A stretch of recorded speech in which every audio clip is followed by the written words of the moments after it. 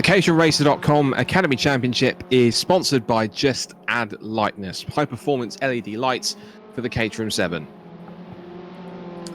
So, good evening once again. It is that time on a Tuesday evening for those fans of Caterham esports racing. Once again, we are back in action in the caterhamracer.com Academy Championship. These are the slower of the two different Caterhams that we have available on Assetto Corsa, and this is coming up to a crucial point in the championship. Drop scores are now coming into play, and every single point scored counts, because remember, the drivers have to drop their worst two scores, and it is getting very tight in the championship, which we'll go to in a second. Scott Woodwiss and Chris Hutchinson once again in the commentary box. And Chris, this is a circuit which, I don't know about you, but it's one of my, if not the favourite of one in the UK, and one of my favourite in the world. Donington Park is a circuit that's got such a great flow to it. It never produces a bad race in my experience, and I think if it's anything like we experienced on the 420Rs last Tuesday, I think we're going to have two more races that are going to be thoroughly entertaining, and I think that could be even an understatement with such a bumper grid for this week, this evening's racing. Yeah, we've got a 22 odd drivers in tonight on the server, and like you say, they often produce great racing in the Academy cars. We had some good racing in the 420Rs. The slightly slower speeds of these Academy cars means that we get even more action. And yeah, I'm really looking forward to this one. Like you say, Donington really produces some excellent racing. It really encourages everyone. And we often see, when people going side by side, we often see the trailing cars able to catch back up again. So even when it looks like a gap's gone, you'll see people recovering back their situation. Yeah, it's really exciting stuff. Yeah, exciting, definitely, not just in the sim world, but also every time I've seen a Caterham race take place at Donington Park in the real world, pretty much every single one has produced sensational action. Of course, they are in action this weekend, which we've got real live Caterhams at Donington Park, and this season's calendar has followed the real world calendar, which we've had amended since we had to pause racing in March because of the global situation with the pandemic. But as qualifying continues on, I think it's that time to look at where we stand in terms of the points, because as we say, it is getting to a critical point in terms of where we are. Now, of course, we've got two totals on the screen in front of you, like we have for the 420. So the numbers in white are the overall point scores, and that's the order in which the drivers are sat. But if you can make them out, there's also the numbers to the right-hand side, which are smaller and in grey. Now, those numbers are after the two worst results are dropped. Every driver has to do so. If you have an exclusion in any of the races, then you can't drop that round. You have to drop two races where it's a non-exclusion. Now, what's intriguing here is on overall points. David Rowe, who has won the last three races in a row from Thruxton and then from Brands Hatch, he leads overall on 255 points when you take drop scores into account, and also the fact that David Rowe was given 3 penalty points after an incident at Brands Hatch. He now sits just 2 points behind the man currently second in overall points, Jaroslav Cherny from the Czech Republic. Christian Zaruta currently third overall and third in the drop scores, but he is not here again tonight. He's still on holiday, so whilst he's sunning himself somewhere around the world, he will be dropping down the table a little bit. And also, man to watch is going to be all the way down in 10th overall, because even though Steve McMaster has 183 points overall, that's also how many he has on drop scores, because he missed the second set of races at Cadwell Park, which means that he's already dropped his two worst results, and therefore, Chris, any results he can get to push himself higher up the table, particularly when we're in the mix for the championship on drop scores, really means that any results he gets now are going to be going straight towards his final championship total. And that could mean if he gets some really good results and possibly even some wins against the cars around him, he could well be a dark shot for the championship. Yeah, you can view it two ways. You can view it that he cannot afford to have a bad result because it will be counted, but equally he can also know that he can just get a reasonable result and all those points will count, whereas someone else like James Murphy, who's potentially not got those scores to drop yet, he has to perform well if he wants to earn any more points on his total. We've just seen James Murphy jump to the top of the field, but only 300ths against Cherny, and then McMaster is another 2 tenths back after that. We've seen some really close times. Anything in the mid 22s, that where James Murphy is an excellent lap time, and then we're seeing the field sort of spread down to about a 124, so a couple of seconds spreading across the whole field. Yeah, and crucially again, it's looking pretty tight towards the main 2/3 of the field. Top 14 separated by less than a second. Top 7 are covered by less than half a second.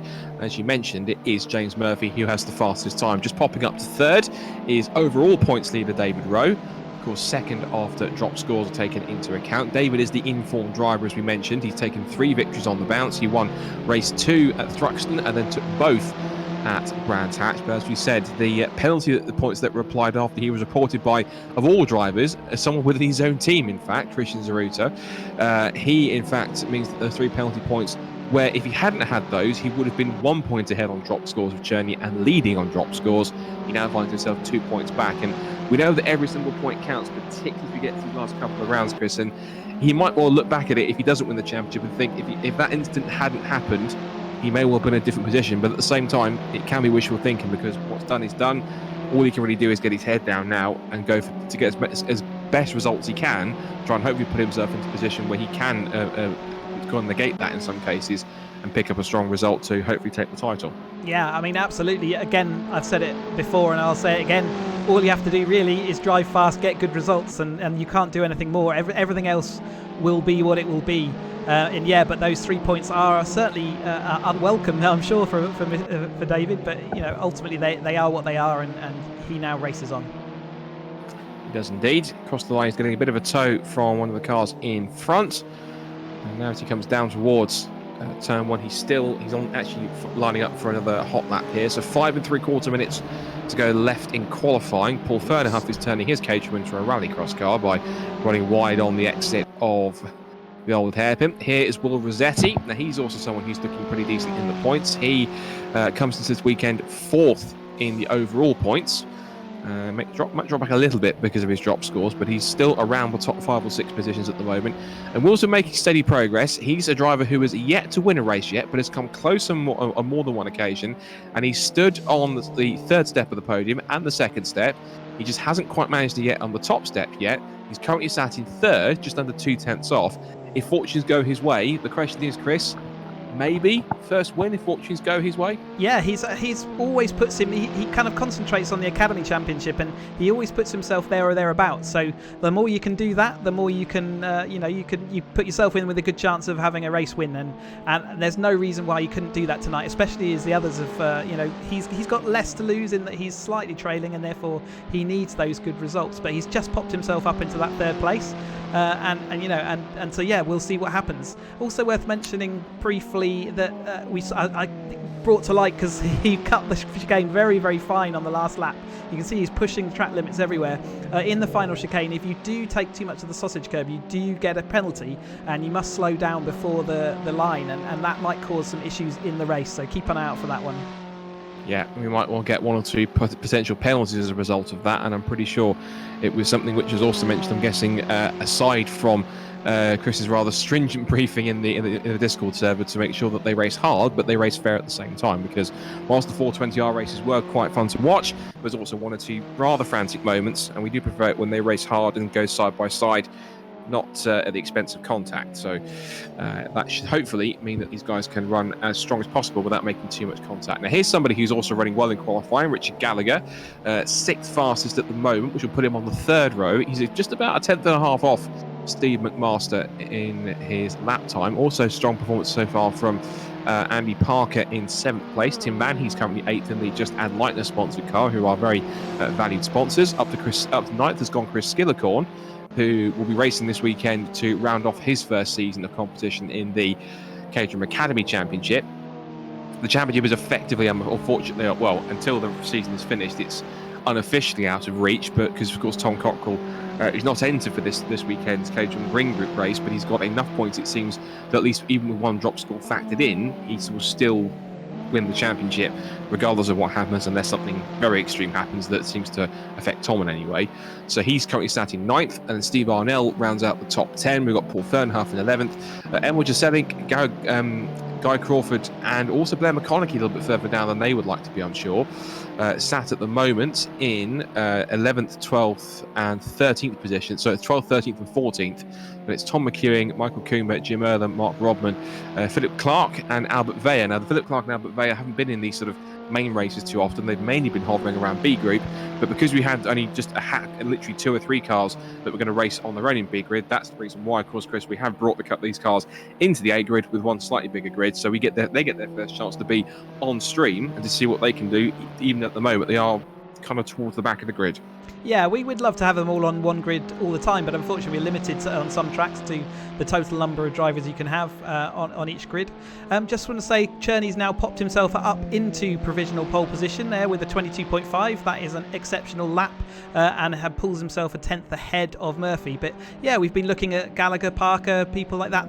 They're higher than they're expected, which obviously then means some of the more regular drivers we expect to see up there have been pushed a bit further down. So good result for them so far if they can carry that on into the racing. Indeed. So Jaroslav, of course, himself has 3 wins from the season so far. He took 1 at Alton Park and then 2 at Cadwell. He did the double in both of those races. He's only, by the looks of things, the second person to win 2 races on the same meeting, by the looks of it, because, of course, he took those 2 at Cadwell, and the only other person that's repeated that is the man that's above him in overall points, which is David Rowe. So if anyone else could possibly break it, James Murphy's in a good spot at the moment, currently sitting second fastest. Just saw Cherney put in a new fastest lap there. It was only for a few hundredths, but nevertheless, it's good to be putting in faster laps this late into a session. Generally speaking, we've seen it settled by now. Yeah, good consistency from the Czech driver. Puts himself now into a 1:22.504. I think we've also had an improvement in lap time for Richard Gallagher. Stays 6th, but he's now edged a little bit closer to Steve McMaster now. He's on a 1:22.9 by the looks of it. So good effort from him to remain on the third row, but to get that a little bit closer to the pace of Steve McMaster. James Murphy, who is another driver that's competing this weekend, he'll be in the 310R Championship, trying to keep his advantage towards the top of the table. And he's someone, again, who's always been there or thereabouts. He currently sits 6th in overall points. He has taken 2 wins this year, 1 at Alton this season, 1 at Alton Park, and then 1 at Thruxton. He's also had a second place at Alton Park as well. So he's had 2 victories and 1 further podium, which puts him in 6th.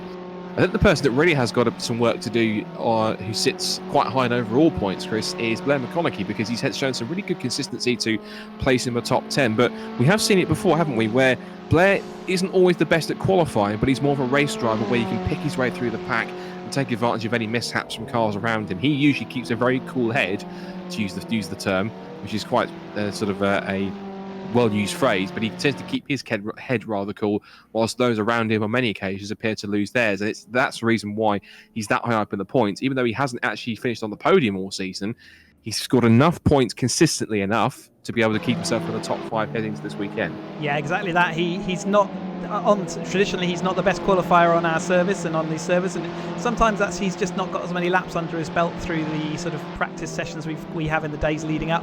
But yeah, he certainly comes good in the racing and all that kind of dicing that he does with his fellow chums out on track. Yeah, he comes up through the ranks regularly. So I would watch out for him. But nevertheless, 15th on this large grid, that is quite low, and I think it would be a big deal to get to the front of this grid starting that low down. Yeah, 15th. He's becoming 15th just now because Jim Earlham has put in a decent lap time to put himself onto the 7th row of the grid. So he's now popped up a little further as we now come to the end of qualifying. Last couple of laps completed, and David Rowe improves his time and stays 3rd, but again, he isn't able to put himself onto the front row of the grid, just a few hundredths of a second behind James Murphy. So, heading into the first of our 2 15-minute races for tonight, here is how the grid will line up for this first race. Jaroslav Cherney will start on pole position, looking for his 4th win of the season. Alongside him, looking for his 3rd, is James Murphy, who enters the weekend 6th in overall points. David Rowe, overall points leader, starts 3rd on the grid alongside Will Rossetti, who is going to try and keep himself pretty close. So 4 of the top 6 drivers are in the top 4 positions. Steve McMaster, who is pretty high up there in overall points, will look to make an impact from the 3rd row of the grid and 5th. An impressive run for Richard Gallagher puts him on the 3rd row and 6th fastest, ahead of Emil Jaselic from Belgium and Andrew Parker. Tim Van Heet in the Just Add Lightness car starts 9th alongside Chris Skillicorn, one of our Real World Academy drivers. 11th fastest is going to be... I'm just trying to get to the page, Scott. I've lost my mouse pointer, which is a new one for me, but we will try and First world broadcast problems, as always.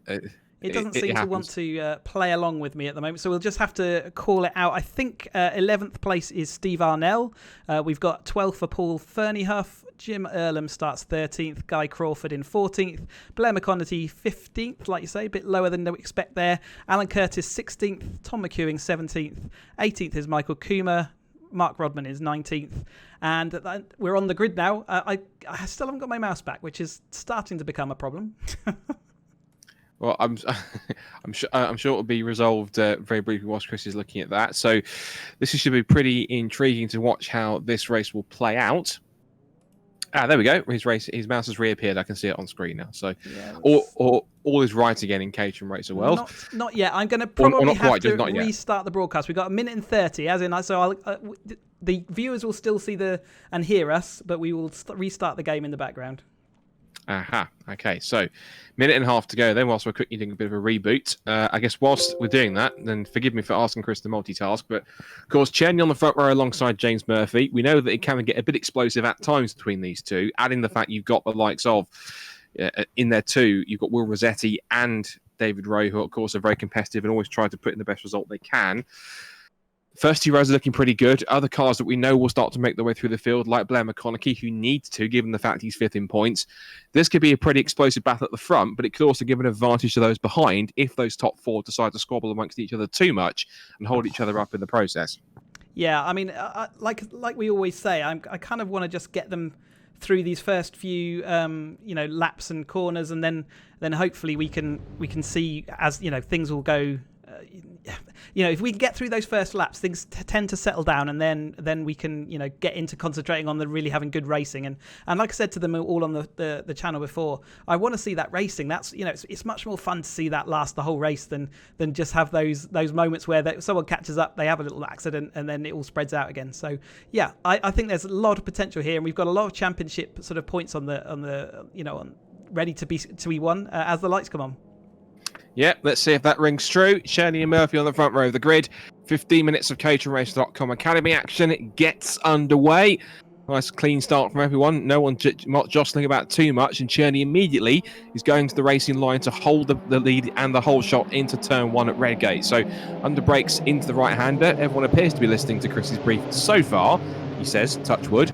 But Cherney goes through turn one in the lead. Murphy in second place. David Rose up to third, and it's Will Rossetti in fourth position. The one that's lost a couple of spots appears to be Steve McMaster. He's dropped from fifth to seventh. Up into fifth has gone Richard Gallagher, and into sixth has gone Emil Jaselink. So as they come into Old Hairpin for the first time, one car already's gone off shooting onto the grass in the background. I couldn't quite catch who that was. One car I think is also wide at the Old Hairpin too, but they all seem to have got through relatively unscathed. There are one or two cars I think sort of having a bit of a lag spike, I think, but heading into McLean's and James Murphy taking a look up the inside into the right-hander as they come towards the very top end of the circuit here on this first lap. Side-by-side action between, that looks to me as if that's McMaster and Tim Van Hee trying to get up with his fellow Belgian driver, Emil Jaselink, in the old-school Team Lotus colours of green and yellow. Onto the back straight, and we have a breakaway top five then. So Cherney, Murphy, Rowe, Rossetti and Gallagher, those main four drivers at the top of the championship are together. And in the mix now also is Richard Gallagher looking pretty impressive. So far, there's been one or two little sort of edgy moments towards the rear of the field, but it looks like at the front, looks a little more civilised, and the top five are starting to try and make a break for it. Yep, definitely. And it's great to see Gallagher right up there, although he has now lost it a bit through that chicane. So it's now a top four with Murphy trying to go around the outside of Redgate. Surely that's not going to be possible. He's still persevering, but Cherney has got the inside for the next corner. But yet it's still persevering on. But yeah, so far very well behaved, and long may this continue. I think he's practicing for this weekend. If he pulls that one off around the outside over the weekend in the 310Rs, I know exactly where he tried it first. Into the Old Hairpin. Here comes David Rowe having a look at the inside of his DPR teammate, and Will Rossetti doing exactly what he needs to do to try and maintain fourth in the points. It's going to be almost 2x2 heading through Starkeys, through the Kinkert-Schwanz curve, and then towards McLean's for the second time. But Cherney's in there. It's side by side for fifth. We've got Steve McMaster trying to get himself into the top five at the expense of Richard Gallagher, which he has. So the man who is looking pretty good in overall points comes in 10th overall, but of course is much higher on drop scores because he missed the 2 rounds at Cadwell Park, which both count as zeros. So it comes with a blessing and a curse, which means that he doesn't have to drop any points. But of course, if he loses any, gets any poor results, he will have to keep them. So if he has any awkward moments and loses valuable points, he cannot drop those because he's already dropped 2 zero scores from his non-show at Cadwell Park. Into the Fogarty S's for the end of the second lap. And onto the pit straight they come again, as there's Steve McMaster, the view for him in 5th place. So top 6 are almost all together. We're on board now looking forwards from Steve McMaster's car. His livery is inspired by Ken Miles' Ford GT from the 1966 Le Mans 24 Hours.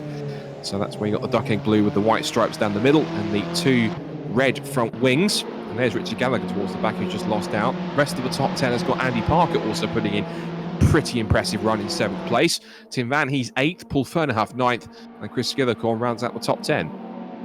Yeah, Paul Fernerhoff was off ill last week, so getting himself back up to speed, but making some good progress on the grid so far. And say we've got McConaughey up to 13th, so he's already made up 3 places, or two or 3 places from his grid spot. I wasn't sure whether it was McConaughey that actually went off early doors, so it might even be that he's made some more progress since being further down the order.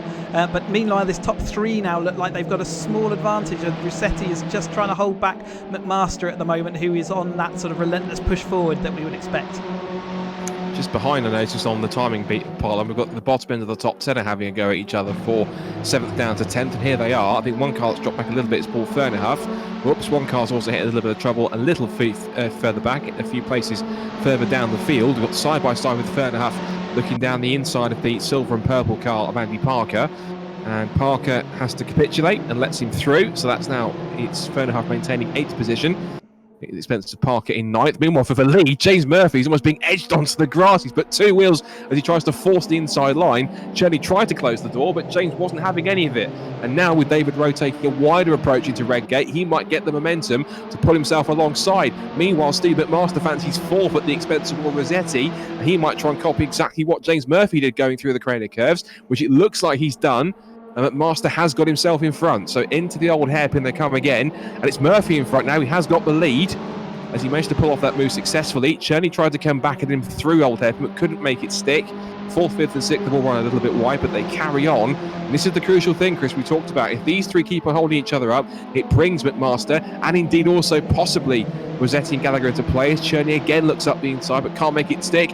And the loss of momentum just gives David Rowe a free pass into 2nd place, and he might lose 3rd, because here comes Steve McMaster looking round the outside into Coppice.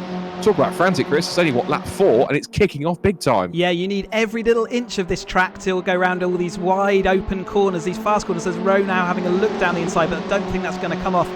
But if you have to be compromised because you're defending or because you're attacking the car behind, you are going to lose that speed. You cannot go through the corners up fast. And Murphy will be hoping that Rowe and Cherney now have a battle, which will give him, you can see there's a little inkling of a gap already, and maybe that can be extended. Yeah, looking at the results, the driver who has the worst results to drop, it looks as though it's Cherney has 23 points to drop from one of his worst scores. David Rowe has more to drop in 26, so he needs to try and grab every single point he can on Cherney, and he needs to possibly rely on Cherney cracking under pressure and possibly coming under threat from the cars behind. And it might well come to pass, because look at Steve McMaster there in 4th position. He is sticking to the rear of the top 3 cars at the front of the field. For 5th and 6th, there has been a change because Richard Gallagher's managed to depose Will Rossetti. He's been relegated down to the top 5, down to 6th. And these cars have got quite a sizable gap now to the rest of the field, which is spread out further down. 7th for Van Heath, from Fernerhoff, Crawford and Parker. Here comes Cherney taking the outside line to get the inside for the right-hander. That was a lovely slick move into McLean's, but if he runs wide like James Murphy does, but gets away with it for the time being, you might well have to lose that position back. But Cherney covers the racing line and is back into 2nd place. But now what this has done, Chris, is not only has it checked up David Rowe to prevent him getting back through again, but also it's put Steve McMaster right onto his roll cage as they come down towards the S's. You can tell they're all looking for that gap and that break and hoping they can do it. But again, Murphy's managed to widen that gap slightly more. Cherney with a great move up the inside of McLean's, really late on the brakes and put his car where David wanted to be, so therefore there was no going. It's a block pass, as we might call it. But yet Cherney now trying to fight down Murphy, and that little gap, we've seen it with McMaster. Can he extend it like McMaster does? And meanwhile, McMaster is now fully on the back of David Rowe. Welcome to the party. Yeah, that's going to be a welcome 2nd place if it's Jaroslav Cherney keeps on running wide like that, because that's all the invitation that David Rowe will need. He will sense possibly an opportunity to get through as they tumble through the Craner curves once again and breaking a straight line for the racing line into the old hairpin. But still, it is Murphy has the advantage. And again, we talk about it every broadcast, but it's that critical half a second margin to get in the slipstream. You can break it, you get yourself out of that firing line for a tow from the car behind, and it means you can start to pull away.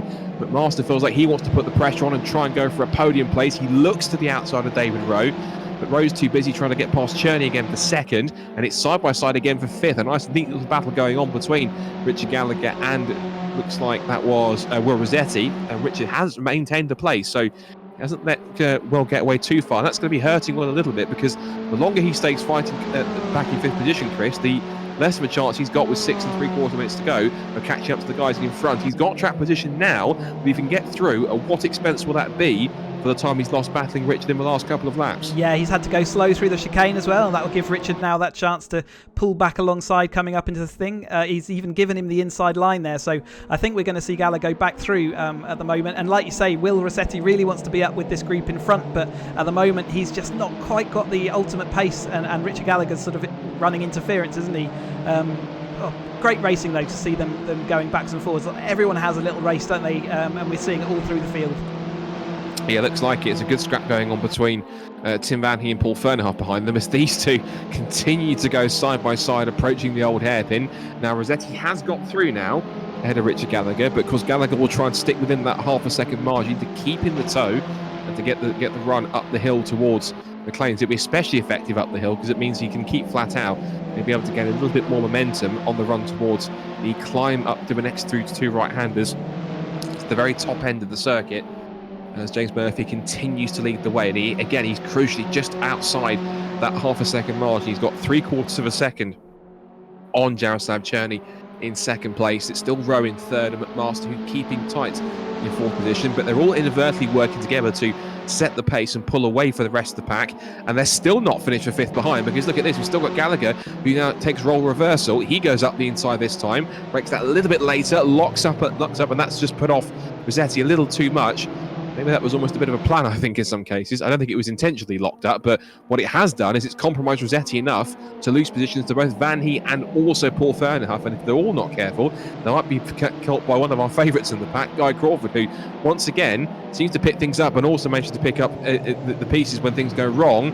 Hopefully they're not going to go wrong too much, as Vanhey tries to go 3 abreast with Fernhoff and Rossetti. Didn't quite work, and now Rossetti's back through, getting his nose into 6th position for the time being. But Vanhey's right on his tail in the Just Add Lightness car to come back through the Craner curves with 4.5 minutes to go. Yeah, like you say, that little lock-up by Gallagher through into the chicane, whilst I don't suppose it was deliberate, actually did put off Rossetti. And when you see a car locking up in front of you, you know it's going to plough on forward, and therefore any space that was there is going to disappear. So he had no choice but to let off the accelerator, and he's been unfortunately moving back through the chain, but he's now back in his 6th place, looking to move forward again. But Vanhey is not willing to let this go.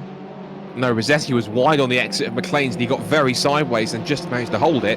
But that tank slap has cost him 1 place, and it might cost him a 2nd, because here comes Paul Fernhoff getting the tow from Tim Vanhey. And now we can see that Rossetti's all on his own. And also look at Guy Crawford. He's, I think, just fractioning within that half a second, and he might start to latch on too to get into this pack. They're going to be side by side into the Fogarty S's, but Vanhey sweeps across and holds on to the position. There's now a bit of a stopgap here. Further back, look at this lot going at it. Emma Jaselik and Mike Coomer's in there as well. We've got Tom McEwing, who's one of next year's Academy drivers. He's getting a taste of what next year's racing is going to be like when he takes the track for the first time. We've got a couple of cars going off in the background. That was I think one of them might be Andy Parker. He's been having a bit of a tough evening so far, though he is sat in 14th place at the moment. But yeah, Steve Arnell was one of them. Possibly Mark Rodman was the second one. As we head towards the closing stages, 3.25 minutes to go. Frantic stuff wherever you look. Yeah, wherever you go down the field, it's all close and tight. But we've got the battle heating up again for 2nd place here, and McMaster is well back in that race with Rowe and Cherny out front. And what's crucial, look at the gap that Murphy has now, 1.7 seconds. So these two really have been holding each other up too much, and I suspect what it is, it's Cherny and Rowe that have been battling amongst each other so strongly and going back and forth. It's not only brought McMaster right onto the tail to make it a trio for 2nd place, but it's also given James Murphy the perfect excuse to run off up the road and keep on to his lead. He's going to have probably about 2 or 3 laps to go when he crosses the line here, as it's wheel to wheel for 2nd place and up into the Fox. Yes, his one car's off in the background on the grass. We'll catch that in a second. But in through the chicane now and onto the pit straight to head towards Redgate to complete another lap. Just over 2.5 minutes to go here. So we'll get, I think, maybe at least 2, maybe 3 laps to go here. So possibly 3 more times into Redgate corner. Rowe decides he wants the wide line into turn 1. And McMaster tries to take the tighter approach. It will mean he'll compromise his speed on the exit. And we'll be trying to get a little bit of a switch back to get to the inside of Cherny before they go down Hollywood into the Craner curves. Not quite quick enough to get to the inside there, Chris, but he's sticking to the back of the Czech's car like glue. Yeah, if you're not side by side on the switchback coming out of Redgate, then it's very much one, single file down through Craner. You can't really go and pull out as you're going round Hollywood. There's just isn't enough room, and usually that means you cost yourself more time. So had to be a bit patient there, wait in the queue, as McMaster did as well. But yeah, it's still close. It's all the way to the end. I think it was Ferneyhoff we saw on the grass. He's now 2.5 seconds back from the battle he was in previously. Yeah, and the main benefactor of all people, Guy Crawford, he's done it again. He's someone who's typically can just really take advantage of anyone else falling foul and really does put in the good work as David Rowe tries to prise open the door on the exit. There was a lovely little switchback on the run through Coppice Corner, and now down Exhibition straight towards Fogarty Essence is on the right rear corner of Chelly's car. Chelly's got a bit more straight line momentum, but Master wants to squeeze in there too. Again, there's no change in the order, and again, there's a little bit of a bump there, I think, for McMaster, which didn't unsettle Rowe too much, thankfully. Come across the line, and what's interesting, even though they're battling this hard, they haven't lost much more time to Murphy now as they come through. So I think we're actually going to get one more time around this time, because it's 1 minute 22 was the quick laps in qualifying, so it's going to be one more time around Donington National Circuit to decide who wins this first race tonight. It'll be James Murphy's third if he can do it. The second, well, take your pick, it's anyone's guess. Cherney is keeping up a very strong defence here as they come through Craner curves. Rowe continues to apply that pressure, but still, Cherney, who is basically battling his main rival for the championship right now, even though there are some very close drivers around in terms of those that could have an effect, certainly making it close. But how great it is, Chris, to see the two main championship contenders at the moment, nose to tail, battling the position. Might it be for the lead, but second place is just as good. Yeah, going at it hammer and tong. You saw Cherney wasn't giving even a millimetre more than he needed to, and David Rowe also, hanging off the back was also, there was just absolutely no ground given. So really good to see the two championship leaders, and as they're coming down into the last opportunity, has Cherney got enough here? Maybe McMasters were hoping to pick up the pieces from an incident. He may well do. Rowe has got the toe, but I don't think he's got the strong enough to pull himself alongside, unless he does make a dive up the inside and try to put Cherney off. All close to locks a break up and almost makes contact. Meanwhile, James Murphy pretty much almost flawless in this first race. He takes his third win of the season and weaves in delight as he wins race 1 tonight at Donington Park. Crucially, between the two championship contenders, Cherney beats Rowe for second place. It is third for Rowe, fourth for McMaster, fifth on his own for Richard Gallagher. For sixth, if anyone's guess, here comes Guy Crawford. And then for seventh, it was side by side. It was Tim Vanhey who just beats Will Rossetti. Paul Ferneyhoff is showing his 8th, so he must have possibly got in front ahead of Rossetti, because Tim Vanhey was in there as well. Schelling gets 9th. It's Mike Coomer for 10th place. They're still spinning up at the chicane in the last couple of laps. It's 11th for Tom McEwing, 12th for Andy Parker. He had a couple of spins in the race. 13th for Chris Skillicorn, 14th for Alan Curtis. Philip Clark did well to start from towards the back of the grid to finish 15th for Jim Earlham. Then Steve Arnell and Blair McConaughey. Not a great first race for Blair. We expected a bit more of him, but looks like getting caught up in other people's incidents may have compromised his first race of the evening. And the rest of the field all making it through. We only had one DNF, but we'll get to that in a moment. So James Murphy then, from the front row of the grid, takes his third win of the season, and that will be crucial if he wants to get himself into the fight for the Academy Championship here on caterhamracer.com. Jaroslav Cherney, more crucially as well, beats David Rowe on track. That will be crucial for the points. Cherney second, Rowe third. Steve McMaster picks up fourth. Again, vital points for his championship charge. And Richard Gallagher rounds out the top 5 ahead of Guy Crawford in 6th. He again worked his way through some of the chaos to collect a very strong finish.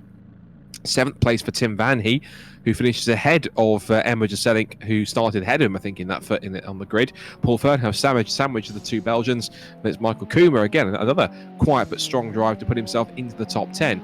11th for Tom McEwing, 12th for Andy Parker, who was spinning several times in the race, but still picks up a top 15 finish. From Chris Skillicorn in 13th, Alan Curtis 14th, and Philip Clark in 15th place. And it's Jim Earlham, Steve Arnell, Blair McConaughey, not the race he wanted, back in 18th, and it's Mark Rodman and Will Rossetti again, who really dropped down the order at one point, so he must have been one of the cars that we saw spinning late in the background. And one car that we lost from the start of the race was Alberto Vea. We didn't see Jack Daniel Mitchell, one of the DPR mechanics, who couldn't make it into the race, who would have been our 22nd runner. I think Will Rossetti got a cut penalty at the end there, and because I saw him get put back into the pits, and that's normally the sign that he didn't slow down enough, and therefore the penalty means that he would then drop right back down to the field, and he's got it all to do now in race 2. Good spot. So he has got some work to do from 18th, but of course we know how quick he is, and he was up there scrapping away for a top 5 spot, so I'm sure he won't stay in 18th for long, provided he can keep his nose out of trouble. So speaking about that first race then, Murphy was the one that came out of a pretty hectic but very entertaining but 4-way scrap at the front. It was 5-way scrap at one point with Richard Gallagher, but he dropped off towards the end and was pretty much in what I call no man's land in that race. He wasn't being caught by the cars behind, but wasn't closing back up to the cars in front either or keeping touch. So Murphy taking that victory, and again, I think pretty much all those top 4 drivers taking results that they needed to take, but again, crucially, between that key battle between Jaroslav Cherney and David Rowe, Cherney gets that extra couple of points for finishing second compared to Rowe in third, and who knows, it can just be 1 or 2 points, but surprisingly, it can make all the difference come season end. Yeah, it definitely can. That was, no doubt at all. That was part of the, an important part of that race was those two battling away. And yeah, I think all these things become more important as you go through the season, even though it shouldn't actually make much difference. The first race has got as many points on offer as the last race, but nevertheless, it all cuts down on all your options, so that every time you don't have quite as good a result as your main rival, then you get less opportunity to recover from that situation. Yeah, well, let's see how they recover from this second one. Now, one phenomenon that we should point out, which is a lot more common than the 420Rs, but not so much in the academy, is that we've had in every single race meeting in the 420Rs, the person who wins the first race then goes on to win the second. So we usually get the same person in each round winning both races on the night. Now, that's only happened twice this season, which, of course, being that was Jaroslav Cherney, who won both races at Cadwell Park, and then, of course, last time out, David Rowe winning both races at Brands Hatch. Now, James Murphy starts on the inside of row 1 on pole position as a result of his race 1 win. Given his form there, is it feasible that we could expect him to take 2 out of 2, or is Cherney going to hope for a better start from the front row? Because the 3 cars behind, if they can almost try and work together and not try and get too engrossed in their own battle, they can easily take the fight to James and start to run a pace that potentially could cause him to lose the possibility of taking a win. James doesn't have an extra bit of speed. It's not like McMaster last week. You could argue that he had a bit more extra speed last week, but James hasn't proven that, and actually Cherney has been topping the times in sort of pre-testing. So, I don't think without the others battling, I don't think he's got that pace to pull away. So yeah, it's up to them if they want to stay settled, isn't it? Yeah, well, 3 drivers now have 3 wins for the season. Someone has to break that deadlock, but let's see which of them it will be. Red lights on for race 2 at Donington. Murphy on pole, Cherney on the front row. Let's see who wins the whole shot towards Redgate Corner. It's a nice clean getaway from the front row. No sort of cars getting sideways. Nice even launch from the first few rows on the sprint towards Redgate. Rossetti trying to make up a couple of places as well on the run towards turn 1, but into the right-hander they go. And it looks like Murphy has kept on to the lead as Rossetti tries to go up the inside of everyone towards the back, try and make up a few spots. Heading down through Hollywood and into the Crane and Curves, but Masters lost 1 position, I think, to the fast-starting Richard Gallagher, so he's up to 4th place now, so not a bad start from him to get himself into the top 5 already. But into the Crane and Curves, and there's 1 or 2 cars again already off onto the grass. I think those 2 cars dropping back are Chris Skillicorn and Tom McEwen looking at the timing screen, so those 2 have gone grass tracking. As the leaders now head up through Starkeys and Schwantz Curve towards McLean's, and already Cherney is looking to put the pressure on Murphy this time. He's determined not to let him get away like he did in the latter stages of that first race, and already Chris is on the back of him as Emma Selink runs around. He gets tagged by Andy Parker as well, and that was simply his own man-made mistake there. Was Emma Selink just went too hot on the exit of McLean's corner, tried to put his right foot down and couldn't make it stick. He's now dropped down to what looks to be 17th place. Meanwhile, at the front, here comes Jaroslav Cherney, immediately knowing he has to put the pressure on, A, to get the lead, but also B, to try and get away from David Rowe as quickly as possible. As McMaster repasses Richard Gallagher into the front of TS's, but onto the end of lap 1, Chris, fast and frantic, and Murphy still leads, but the question's got to be, with Cherney's pace already on this opening lap, for how much longer can he keep it up? Yeah, I think we're not going to see him. Cherney goes to the inside into Redgate. That's tight there. We're not going to see him break away at the moment, is the analysis here, until David Rowe starts getting involved again, which looks like he's going to do now, because that's his best opportunity. When Cherney's having to look backwards as well as forwards, that's when you'll see Murphy potentially get that gap. And we saw before, it only takes that slight little gap that means you can then take all the natural lines through the corners, and that gives you that maximum speed that you need. The crucial thing is look where Cherney is now. He's in a DPR sandwich. He's got Murphy in front and Rowe behind, and he's almost got a bit of a pincer movement. They're going to try and hold on to him as best they can. Now to McLean's on the second lap here. Cherney taking that wide run through McLean's to try and get the best momentum onto the short straight up the hill towards Coppice, and David Rowe weaving around to put himself into Cherney's mirrors. They're still going at it for fourth place, and McMaster still can't shake Richard Gallagher, but it's good to see they are battling healthily over fourth, but they know they've got to stop battling as much as they can, try and keep up with the top three, as the lead is about to change on the run towards Fogarty Esses. Down Exhibition Straight.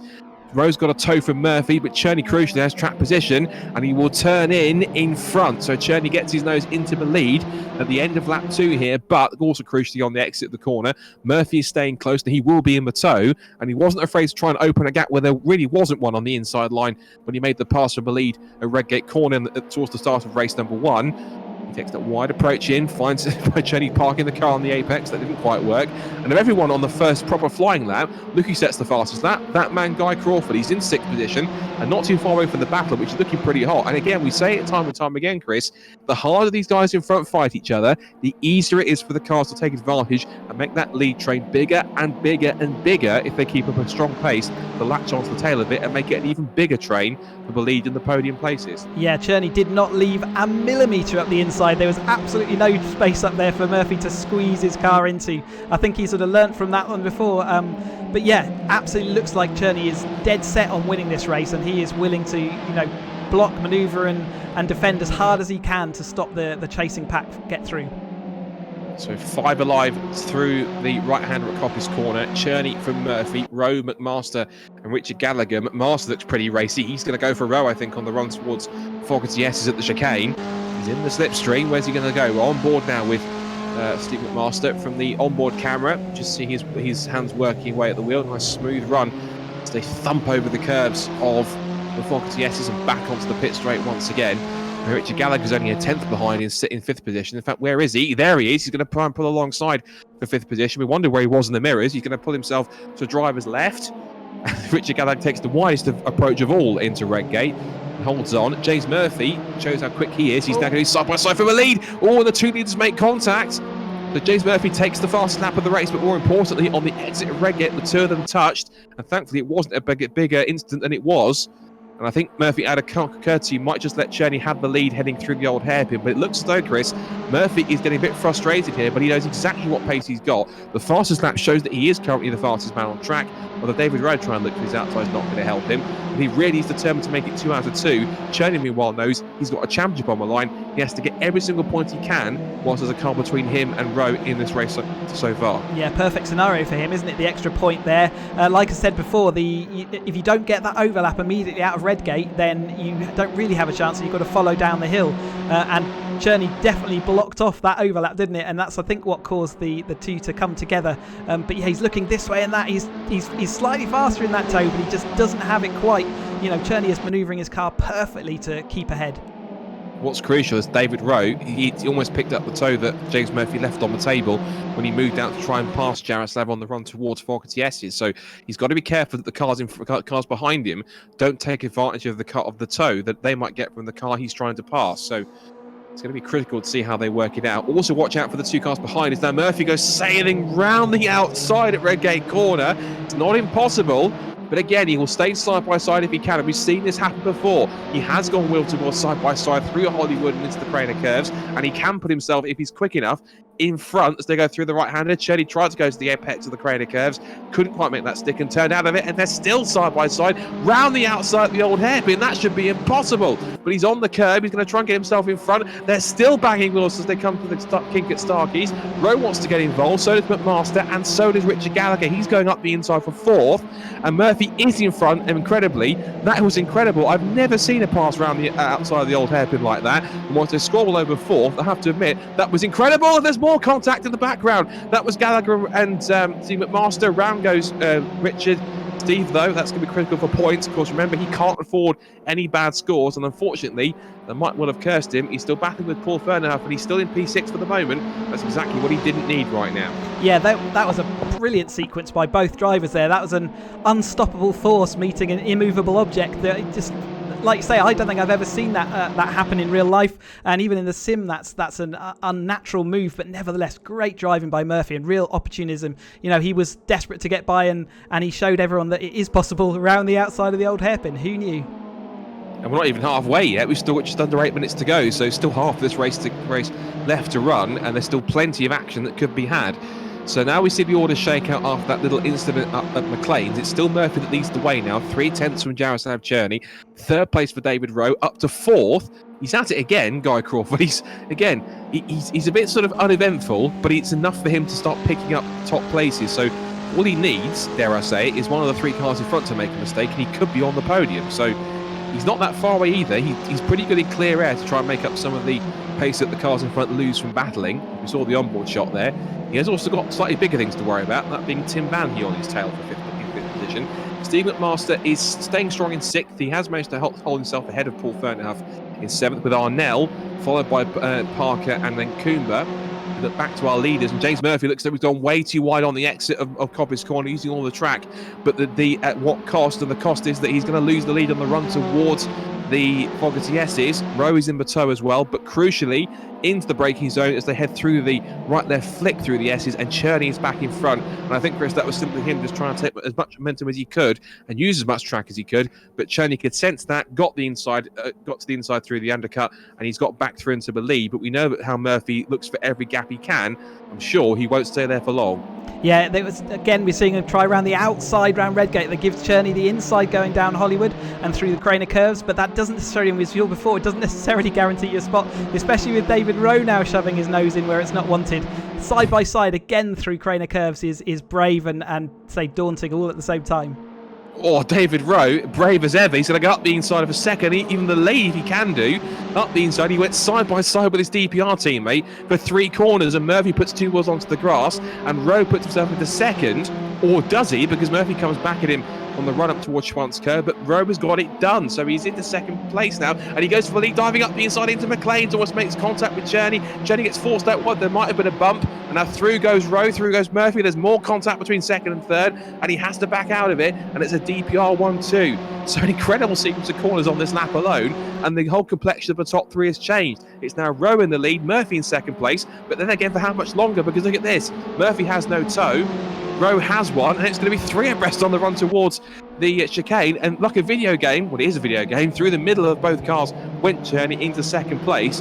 What an intense battle this is, and we've still got 5 minutes to go. It was a very do or die move by Dave there, and I think he might have been doing the right thing there and returning the place where he thought he got it in a bad way. He did shove it up the inside and let Cherney have to go out wide, otherwise he was going to have a crash, as we still see them fighting hammer and tong going into Redgate turn 1. But yeah, I think that was David Rowe returning that space. But look who's back and playing. Guy and Tim is up there in the just Add Lightness car.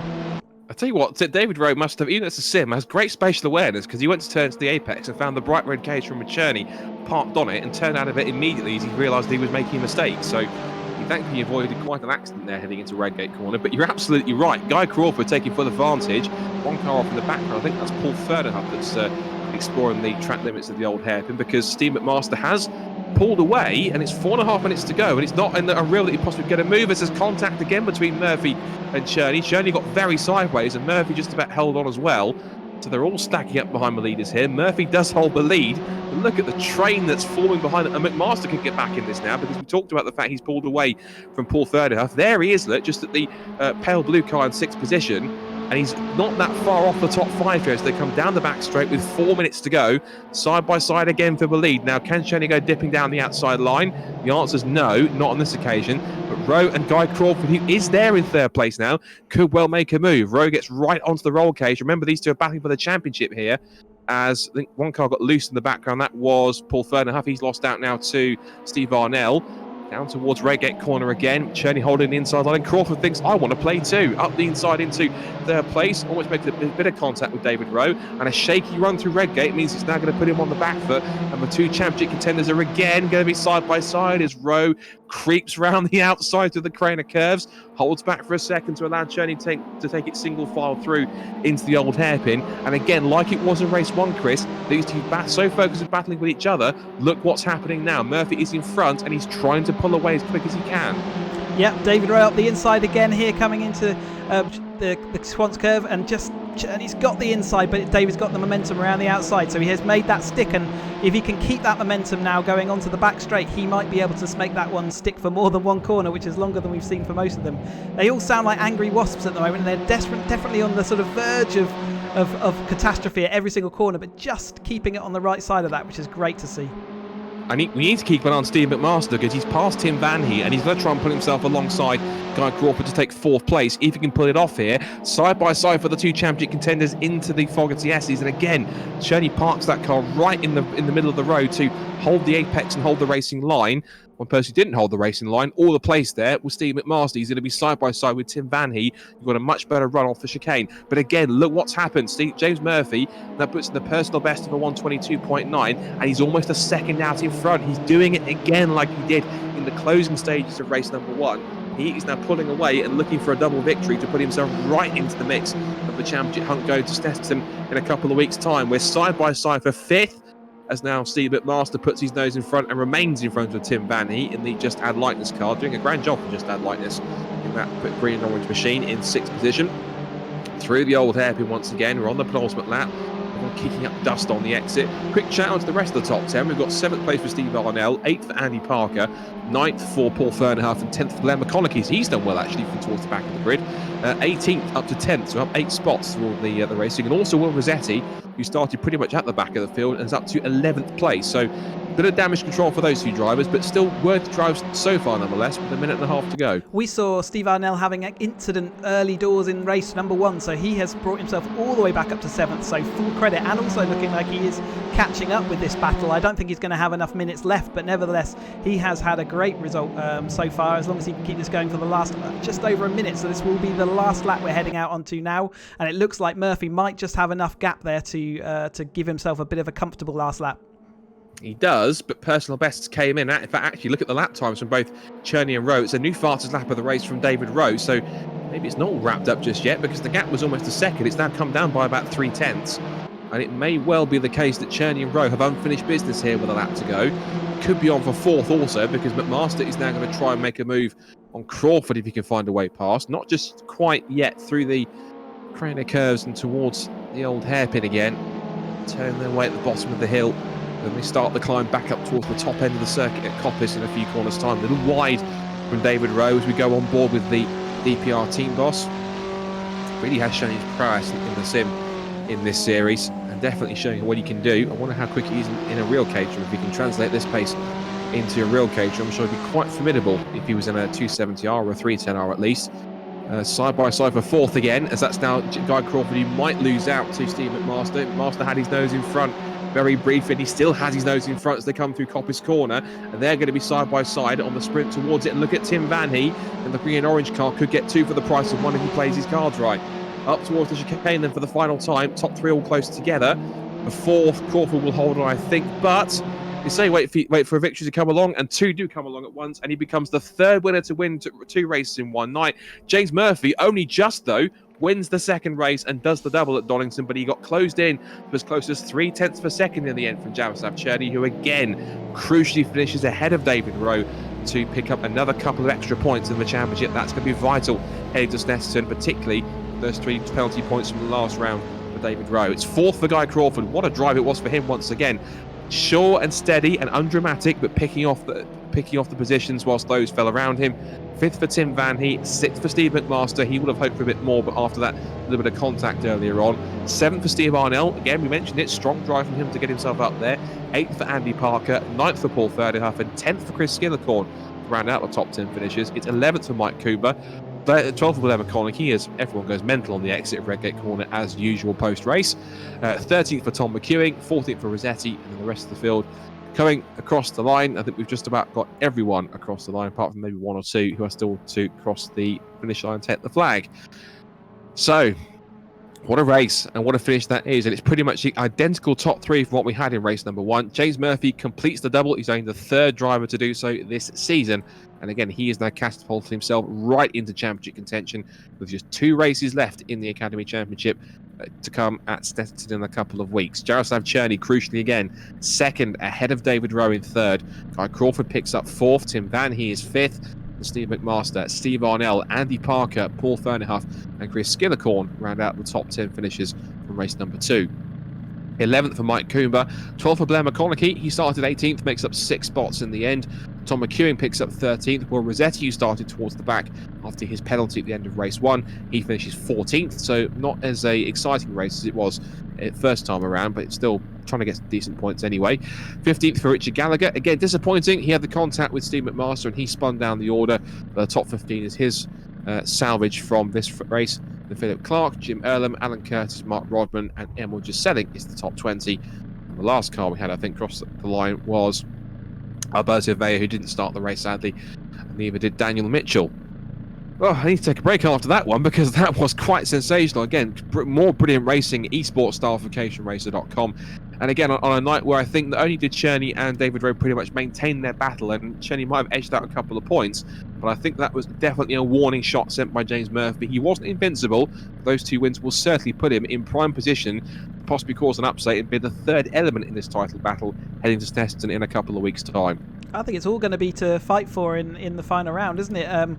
That's done all manner of good to James. That's going to be sort of 4 points, points in his direction, and the Cherney obviously finishing ahead there has helped himself out by another couple of points. So again, all closing up, and I think it is going to be a crucial last couple of races. So yeah, watch this space for sure.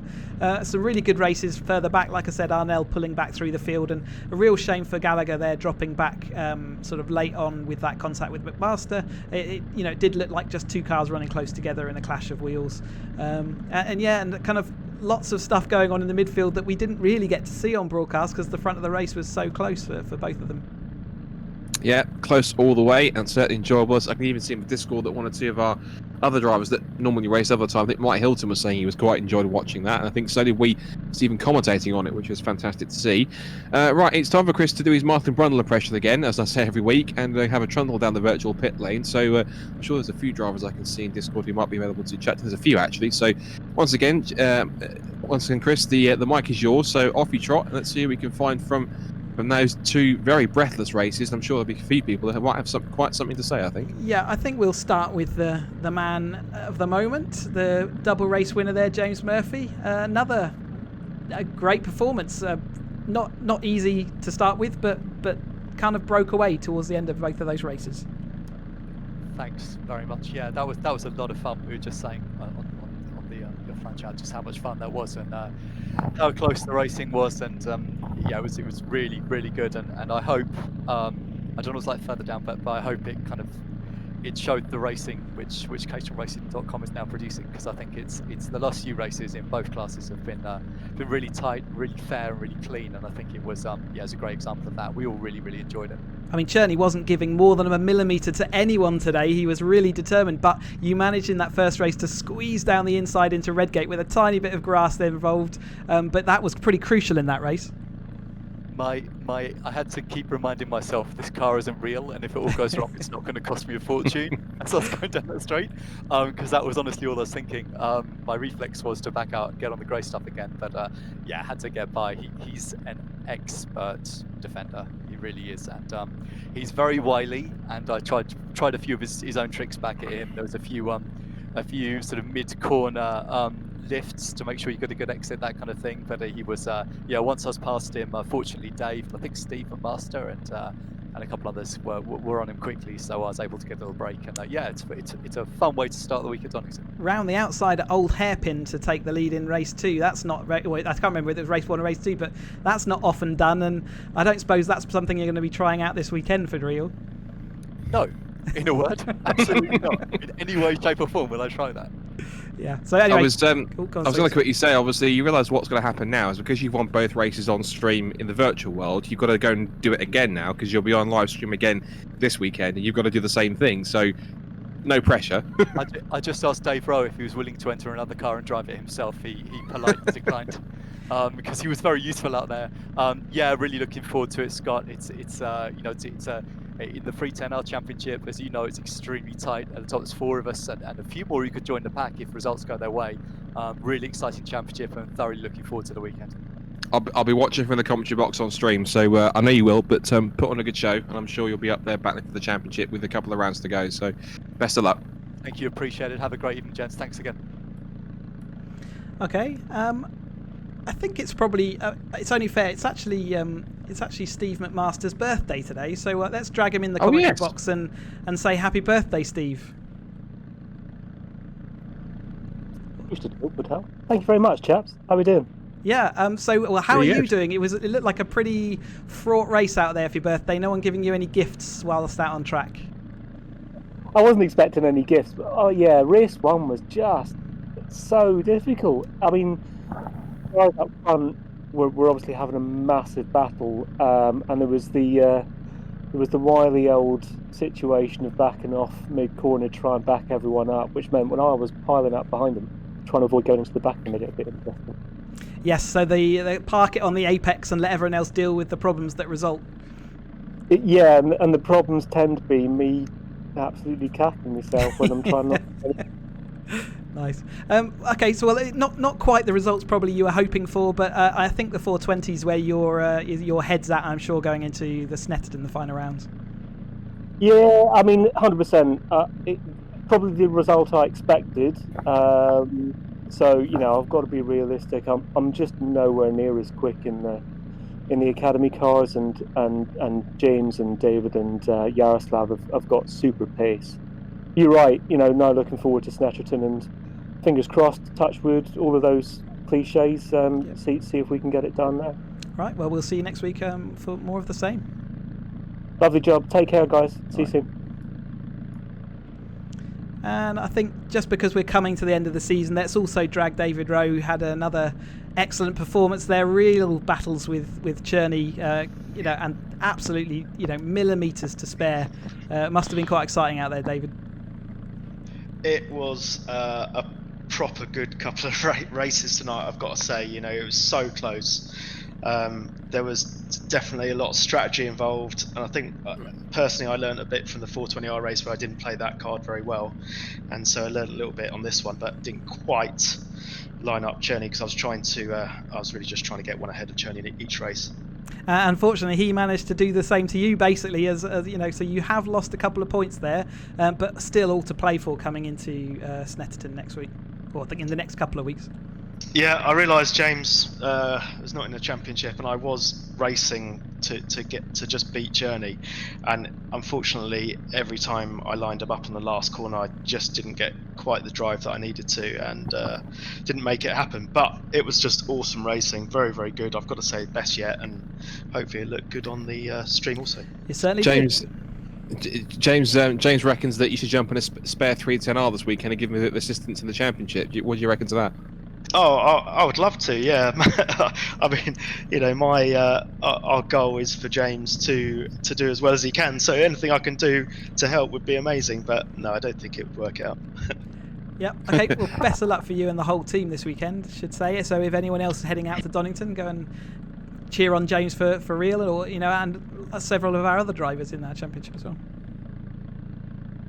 Yep, we're off. We're leaving tomorrow for a bit of setup and then 2 days of testing. But yeah, no, looking forward to it. All the guys are.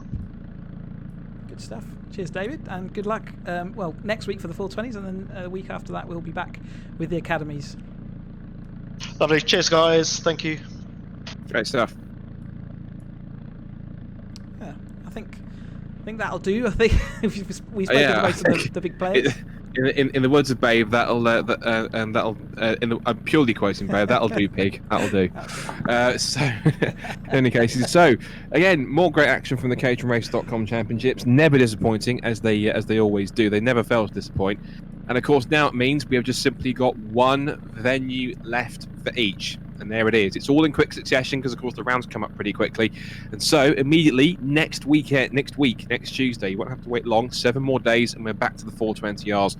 We decide who wins the 420R Championship next weekend, same time at 8:30 p.m. UK time on the 20th of October. And then, of course, we go back to Greenwich Mean Time because the clocks go... I've got to get this right now. The clocks go... Back an hour? Yes. Full back. Got it right. Spring back forward, an hour, full back. Back an hour over that coming weekend, which is also the weekend of the Formula Ford Festival. So if for those of you like Formula Ford's quick plug, want to go, Brands Hatch, 24th, 25th of October. Tickets are on sale on the Brands Hatch website. Great weekend's racing. Do go and check it out. Equally, of course, do go and check out the racing that's coming up for Caterham's. And then you've got the Academy Championship on the week of the season finale. Not for the Academy in real life, because they will finish their season this weekend at their final rounds. Of course, they will also have their typical end-of-season autumn trophy race. But of course, before that, they get to run off their last couple of rounds, at least for the Road Sports 270s, 310s, and 7 UK cars, who will finish up. So, yeah, we should mention quickly, of course, for real, now we've had our sim versions, the real drivers will go and head to Donington Park this weekend, October 17th and 18th. If you can make it, I think I'm sure tickets will be available to buy online until about, I think it's usually 4 o'clock on the Friday normally for those for online ones. If you can make it, if you can't, both races are going to be live streamed this weekend on the VRSCC Facebook and YouTube channel. I'm sure they will also be on the Caterham Cars channels as well if you want to watch them on Facebook and YouTube. You'll be able to watch every single Caterham race live. That will be all the Academy races to finalise both champions, the Autumn Trophy race, which is the non-championship together race between both groups on the Sunday, and also the combined grid races for the Road Sports and 270Rs and the 310Rs and 7 UK championships. And who knows if results go the way of the ones contender for the championship, it might not just be Academy champions we crown this weekend. It could be more, depending on how things work out. So exciting times in the virtual and real world, Chris, as we sign off. And I think this weekend hopefully should live up. If we get a race as good as we got here tonight, I cannot wait for this weekend. It should be quite a spectacle, as it normally is with these guys in real life and on the sim. Donington's an awesome track, and yeah, to have the live stream going on with the is a really good thing. So definitely make sure you tune into that. Scott, you're going to be doing the commentary, so it will be just like watching the sim racing, except for maybe with a bit more cold. It's warm in this commentary box here. Yeah, be just like doing trackside commentary as well. And I can attest that every single time I've commentated or at least watched the Caterham race at Donington, I can put my hand on my heart and say there has never been a bad one. So I think we're in for an absolute treat. And the fact we can now see it live to watch online is going to be even better as well. So if you can make it, we'll see you there. And obviously, whatever you're doing, stay safe. It's getting colder now, so wrap up warm. But more importantly, follow all the guidelines. It is a tough time in the world still, at least going forward into the UK. But let's all work together, do the best we can, and just stay safe and just be as responsible as possible to do so. But again, if you can't make it to Donington, watch the live streams, enjoy the races. We'll see at least a couple of champions crowned in Academy. Any more? Who knows? We'll have to wait and see how results go their way. Before we finish up, once again, a quick thanks to our sponsor for the Academy Championship, because, of course, the caterhamracer.com Academy Championship is sponsored by Just Add Lightness, high-performance LED lights for the Caterham 7. Do go check out their website, www.justaddlightness.co.uk, for more information how you can turn the lights on your Caterham 7 car a little bit brighter when you're out and about. So, once again, from myself, Scott Woodwiss, and from Chris Hutchinson and all of us here at caterhamracer.com, thanks for watching. We'll see you next week for the first of our 2 season finales at Snetterton. Until then, enjoy the real racing this weekend at Donington, whether you're going in person or watching on live stream. And until then, stay safe, stay warm, and we'll see you next week. Ta-da.